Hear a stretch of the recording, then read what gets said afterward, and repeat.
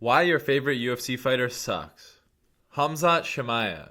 Khamzat is now the king of the middleweight division after one of the craziest come-ups we've ever seen. He absolutely strangled everyone in his path, taking almost no damage in a lot of his fights. This fight with Li Jingliang put him on the map in the MMA world. He had a crazy style where he would take you down in the first 5 seconds of the fight and drown you until he could finish you. It was all gas, no brakes, and he left no room for error for the opponent. In his fight with Dricus du Plessis, he had 22 minutes of control time and 529 strikes, but only 37 of those were significant. This made fans think that he doesn't have a plan B. He has no striking ability, he only has wrestling. His play was to get the opponent out of there as quick as possible because he knew nobody could hang with his wrestling. But after his fight with Dricus du Plessis, where he couldn't finish him in dominant fashion, fans assume that he can't do anything other than wrestle. I don't think that's what's wrong with him. I think that he is too rich. Yes, the Chechen-born fucking Khamzat Chimaev is too rich for his own good. And now, I don't mean that in a Conor McGregor way. He's not going to be partying, doing hookers, blow, spending his money irresponsibly. But having a lot of money will make your hunger for the game, your fire to kill, it'll deteriorate that for sure. We've seen his drive and anger decline in recent years. I do think him getting rich as fuck makes him want to fight much less than he used to. If we look at his early career, he fought 3 times in 67 days. It was insane. He was dominating everybody. The whole MMA community was like, holy fuck, who is this guy? Then he had a huge COVID intermission, this whole fiasco, and he took 406 days off. Over a year he took off. And he returns to fight Li Jingliang. He dominates Li and takes 0 damage in the fight. 5 months later, fights Gilbert Burns in one of the craziest fights we've ever seen. And 5 months after that, he fights Kevin Holland and takes literally no damage at all. Now, the Lee, Gilbert, and Kevin fights being 5 months apart isn't that bad in today's day and age. 5 months in between your fight isn't that inactive of a fighter. It's what happens after the Kevin Holland fight that makes me think he's too rich for his own good. September 10th in 2022, he fights Kevin Holland in a card that he fucked up by missing weight by 10 pounds. Anyways, he dominates Kevin Holland, takes literally not a single punch in the entire fight, and waits 406 days till his next fight against Kamaru Usman in 2023. Why the fuck did he wait so long? It doesn't make any sense to me. After he fucked up the whole pay-per-view, he still waited 406 days till the next thing? Like Dana didn't get his ass in there again? I don't know. 406 days later, he fights Kamaru Usman in what was a really close fight. Khamzat won by unanimous decision, but a lot of people thought it could have gone either way. A lot of people thought if it went 5 rounds, Kamaru would have won easily. But anyways, it's a 3-round fight. He takes some damage. He said he broke his hand in the fight. That's why he didn't wrestle too much. But anyways, after that, he takes another year off to fight Robert Whittaker. A full year. Everyone knows how that fight goes. He literally broke Robert's jaw in like 2 minutes. It was absolutely terrifying to watch. And in that fight, he took literally 0 damage, but still somehow waited almost 300 days before fighting Dricus du Plessis for the middleweight title. And since he won the title, it's already been 4 months since his last fight, and there's nothing scheduled. It looks like it's going to be Imavov next. Who knows? And who knows how long it'll be till then. So yeah, I think Khamzat's too rich. I genuinely do. Especially now that he's a citizen of the UAE. First of all, they don't give citizenship to fucking anyone. So much shit they're giving him. I think it does make him want to fight less, and I can't blame him. Jon Jones.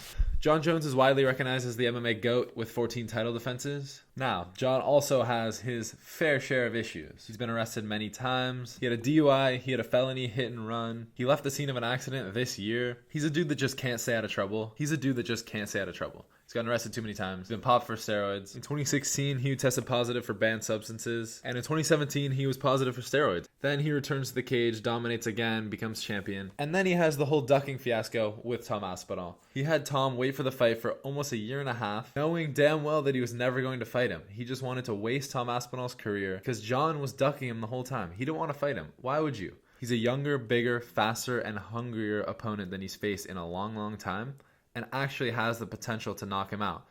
Tom's strength is his quick boxing, and Jon's weakness is getting hit in the boxing department. It makes no sense for Jon to want to fight Tom, but he clearly showed that he also wanted to waste Aspinall's career and make sure that Aspinall cannot get enough defenses to become one of the greats. Because in retrospect, him not fighting Aspinall, who doesn't pan out to be a great, won't matter as much than if Tom Aspinall goes on to have an incredible career and we'll all know that Jon ducked him the whole time. But if Tom Aspinall doesn't do shit with his career, then it doesn't look that bad that John didn't fight him because everyone would have been like, yeah, John would have won anyways. And so therefore, the worst thing about John Jones is that he is a piece of shit. Alex Pereira. Alex took over the UFC in much needed fashion. They were needing a star. They needed an active champion that was doing crazy shit, that had a wow factor, and Alex was the man. He was literally disposing of everyone in his path, and he's a kickboxer with a lot of power, so it was extremely fun to watch, the MMA fan and the casual fan as well. Now, thus far, the only thing that he hasn't really had to do, that he's not so good at, is wrestle. I mean, that's Izzy on top, for God's sakes. I know he's in there with Glover and them, and they're working on his jiu-jitsu. Luckily, he hasn't really been tested in that department too much, so we haven't seen how bad or good it might be. But if there's any truth to the Alex Pereira John Jones rumors, he needs wrestling or he's gonna get fucking cooked. Even though it's somewhat untested, Alex's only weakness is his ability to wrestle. Ilia Topuria. Ilia, in my opinion, might be the fucking GOAT.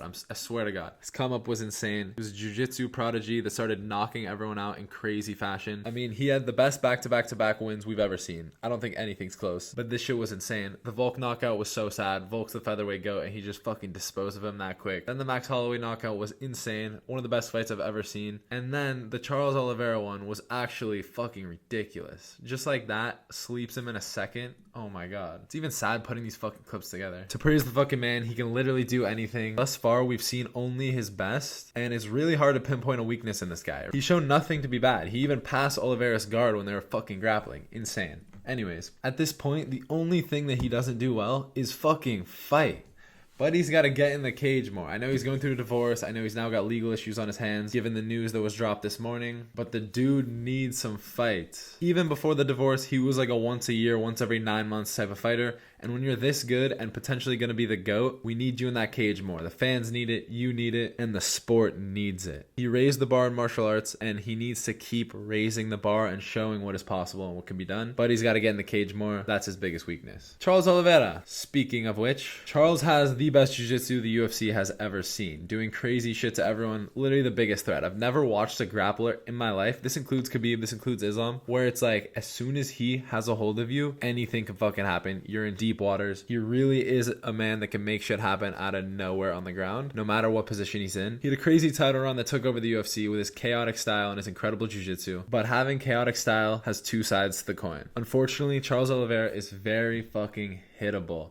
We've seen him get tagged in every fight. In his Michael Chandler fight, Justin Gaethje tagged him, Poirier tagged him, Islam Makhachev tagged him. Topuria knocked him out cold. We've seen him get hit far too many times. That's definitely his weakness, is his chin and his head movement, his ass. Charles Oliveira, buddy, I'm sorry to tell you this. You're too hittable. Let me know what I missed in the comments below, if they have a worse attribute that I wasn't thinking of, and what other fighters you want me to talk shit about.